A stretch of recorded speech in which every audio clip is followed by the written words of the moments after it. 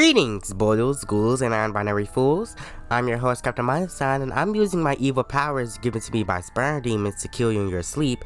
But when I'm not doing that, I'm here at the Steinlet reviewing horror movies. As evidenced by that opening joke, today I am venturing into the realm of nightmares and reviewing the original Nightmare on Elm Street. This film, of course, marked the first appearance of one Freddy Krueger, the burned-up dream demon that has since become one of the most famous movie villains ever. Now, this first film, while making a huge impact on the world of horror, also made a pretty big mark on the people involved with it. Wes Craven, the director of this film and one of the greatest horror directors that's ever lived, was not a household name upon this film's release. Before this, he had hit a bit of a snag in his career, mostly just making made-for-TV flicks. His last theatrical film, the sequel to His Hills Have Eyes, was cancelled and wouldn't be released until after Nightmare's enormous success. Along with Craven, Nightmare resulted in a big boom for its distributor, New Line Cinema, and propelled it into becoming one of the leading production companies in the industry. The company is even sometimes called the house that Freddy built. A lot of your favorite films probably wouldn't have been made if it wasn't for this low-budget slasher. It's so nice that it is figured child killer led to so many amazing movies, some of them for children. Craven said that he got the idea for Nightmare from reading articles about refugees in Southeast Asia who suffered from terrible nightmares and refused to sleep, but some of them died in their sleep under mysterious circumstances anyway. I die a little when I'm sleeping, but that's nothing new. Of course, I'm immortal and have infinite lives, so maybe they just couldn't regenerate. Puny humans. The mysterious circumstances led to the event being dubbed by medical professionals as Asian Death Syndrome. You know, I'm not really all that in tune with the human concept of races, but that sounds a little racist to me. There I am being a poet again. Anywho, the terrifying concept of people having terrifying nightmares and dying in their sleep, along with the song Dreamweaver by Gary Wright, led to Craven coming up with the idea of a killer stalking and killing teens in their dreams, a refreshing and unique concept in the already waning slasher genre that populated the 80s. This led to a revitalization of this genre, and a bucket load of supernatural slasher films trying to emulate Nightmare's success. Enough with the backstory though, let's get to this gem of a film. The film immediately sets the stage for its plot, the opening scene featuring Freddy, the film's killer, crafting his signature weapon. The picture-in-picture frame and slow, unsettling score create an excellent creepy ambiance that seeps under your skin. Seeing the killer make his weapon and hear his ragged breathing is very eerie, setting the tone of the film perfectly. It establishes Freddy and his method of killing, stalking his victims in their dreams. After a nightmarish title card, we're introduced to Tina Gray, our final girl, played by Amanda Wyss. Yes, she is definitely our final girl, totally. She definitely won't die before the 20-minute mark. In Tina's nightmare, she wanders around a boiler room in her nightgown, the environment dirty and wet. Wow, Johnny Depp's first movie appearance, long before he was in court with his ex-wife. I wonder what Amber Heard thinks of this movie. After a random goat attack, is that a metaphor? The film immediately sets itself apart from its contemporaries. This isn't just a by-the-numbers slasher flick. This is a weird, nightmarish dreamscape that slowly pulls you in and clutches itself around your throat.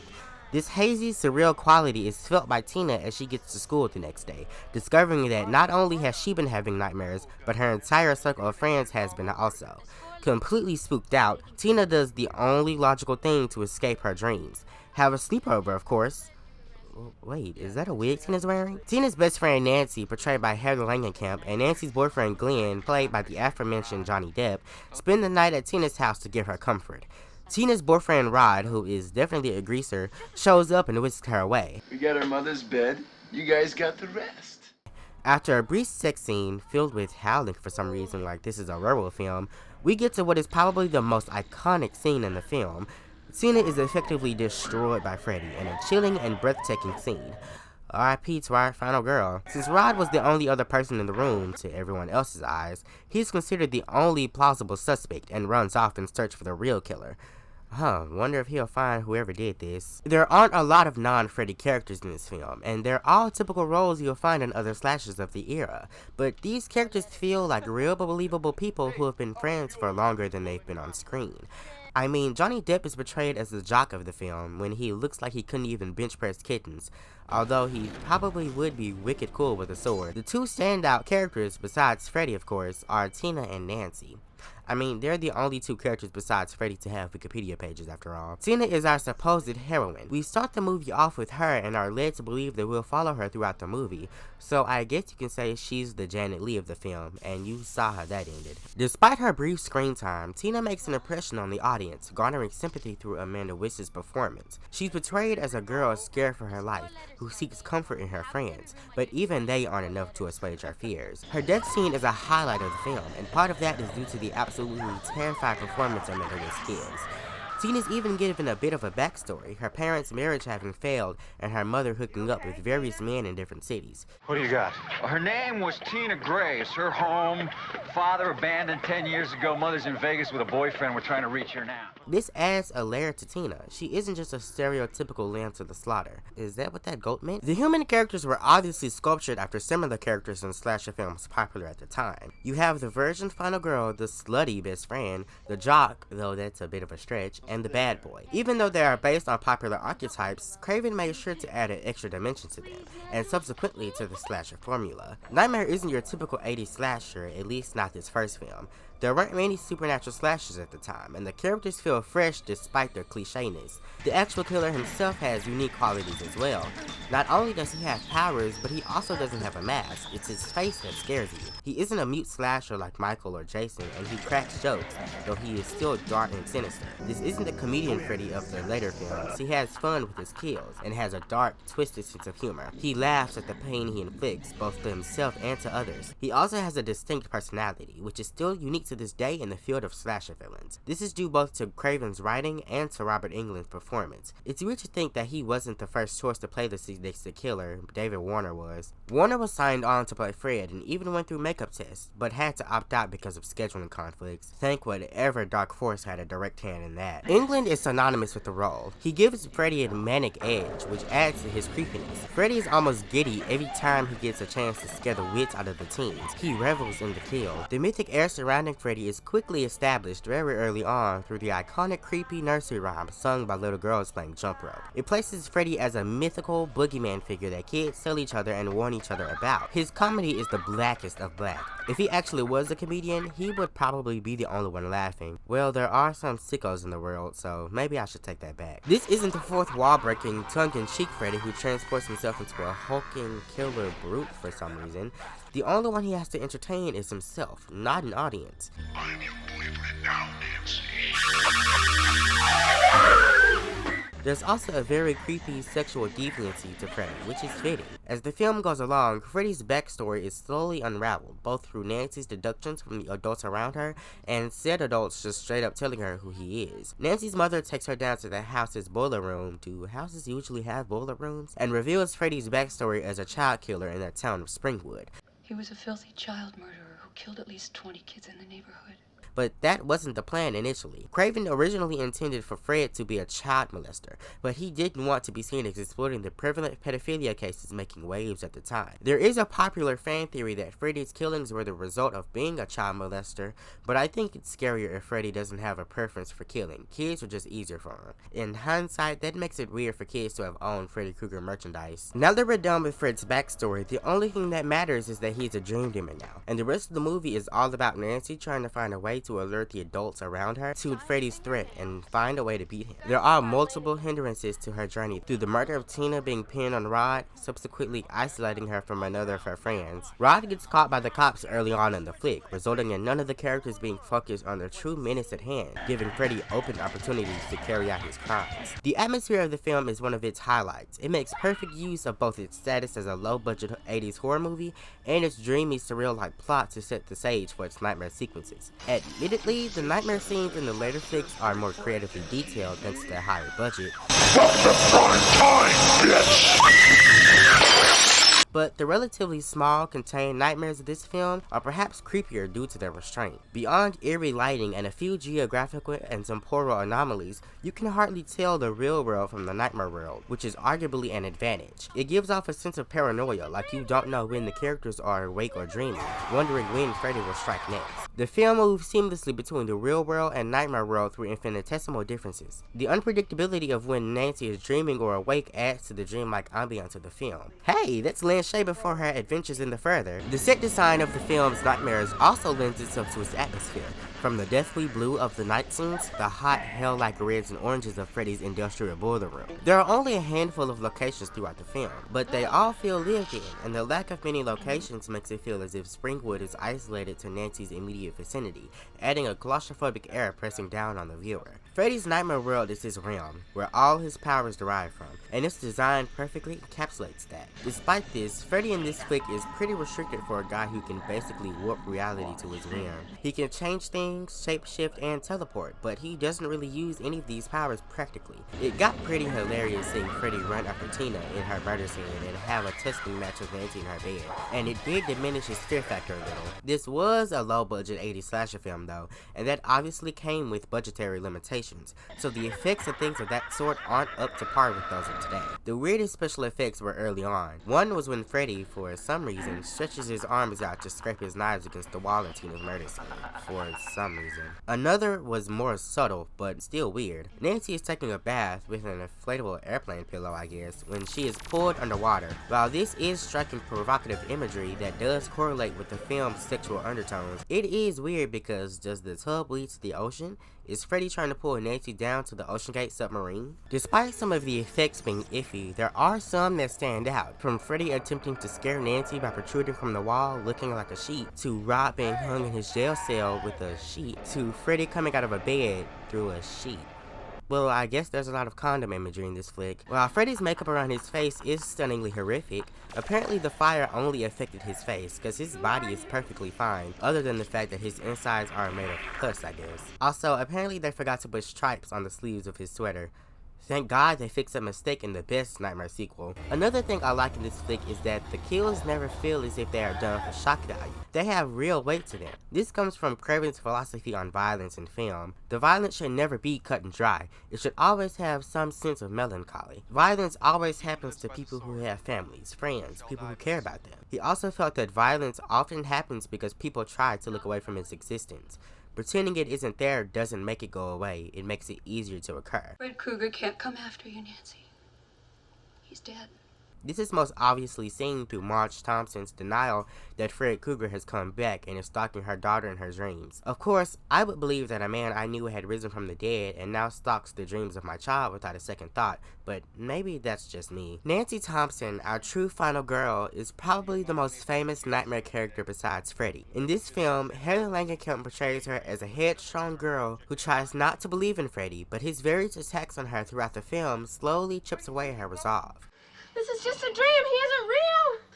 He isn't real. She eventually sets out to solve the mystery of who Freddy is and how she can beat him before he kills her and the rest of her friends. Starting the film as the perfect girl next door type, she slowly hardens over the course of the movie to a broken girl with neglectful parents who is terrorized by the personification of her worst nightmares. But all this horror that surrounds her never robs her of her light and passion, and she continues to see the best in herself and others. There is a reason why Nancy is the most famous of the non-Freddy characters. Nancy spends most of the film feeling the exact fears of her late friend, though at first she humors Tina, but after her death, it becomes clear that maybe Tina wasn't so far off. Maybe there is something strange and mysterious going on.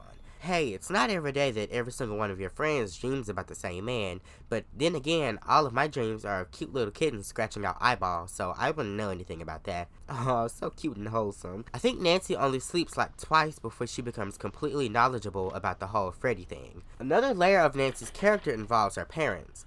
Nancy's dad, Detective Donald Thompson, played by veteran horror movie cop John Saxon, I'm guessing he was typecasted, spends most of the movie in his work uniform and out of the house, though it is obvious that he still cares for his daughter. He's usually trying to calm her down and dissuade her from finding out about Freddy. The thematic undercurrent of the film is reliant on the adults, as most of Nancy's character is related to her parents' difficult relationship. By watching the film, it's easy to determine that Marge and Donald have a rocky relationship at best and are already divorced at worst. Sometimes it seems as if Donald drowns himself in his work to avoid his wife, therefore further alienating his daughter. This results in Nancy and Marge's relationship, which is downright abusive. Nancy doesn't share many details of her life with her mother, and is derisive. I mean, she is somewhat justified in this, seeing as how later on her mother puts bars on every window in their house.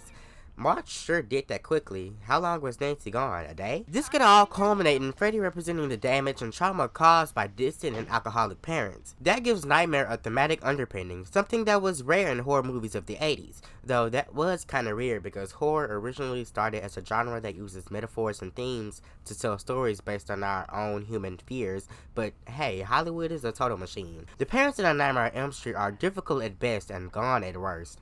This could all stem from the parents of Elm Street being involved in the lynching of Freddy, as revealed by Marge. This results in the parents pushing their children away, so much so that they don't even realize that the man they killed has returned and is stalking the dreams of their children.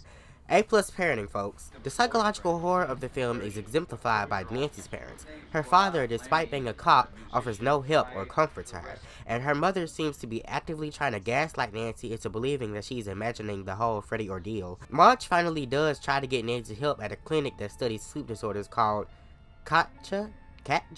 What does that mean? While there, Nancy has a nightmare, and therein lies the philosophical aspect of the dreams, offered to us by the doctor that works there. What the hell are dreams anyway? Mysteries, incredible body hocus pocus. Despite our later findings of sperm demons giving Freddy his powers, here they are mysterious to us, almost as mysterious as our actual dreams. Though Freddy is warded off by crosses, adding a religious theme to this film as well, despite Craven's atheism, the origins of his powers are not known to us in this film, just like how we really don't know anything about dreams. This uncertain tone is even more punctuated by the eerie industrial haunting score composed by Charles Myenstein. His score evokes similar sounds of old monster movies, only this time made by synths. The score is like if Frankenstein met Blade Runner. That just conjured a really weird image on my head. Ugh. Spoiler time! Yes, this year marks the 40th anniversary of this film's release, but this is an essential watch for any horror fan, so if you're going in blind, skip to this time code. After her dream experiment at the sleep clinic, Nancy finds out one of Freddy's weaknesses. He can be pulled out of her dream and into the real world, and by deduction, she concludes that in the real world, Freddy is just like any other man, powerless and able to be killed. After a talk with her Johnny Depp boyfriend, who has a really cool death I must say,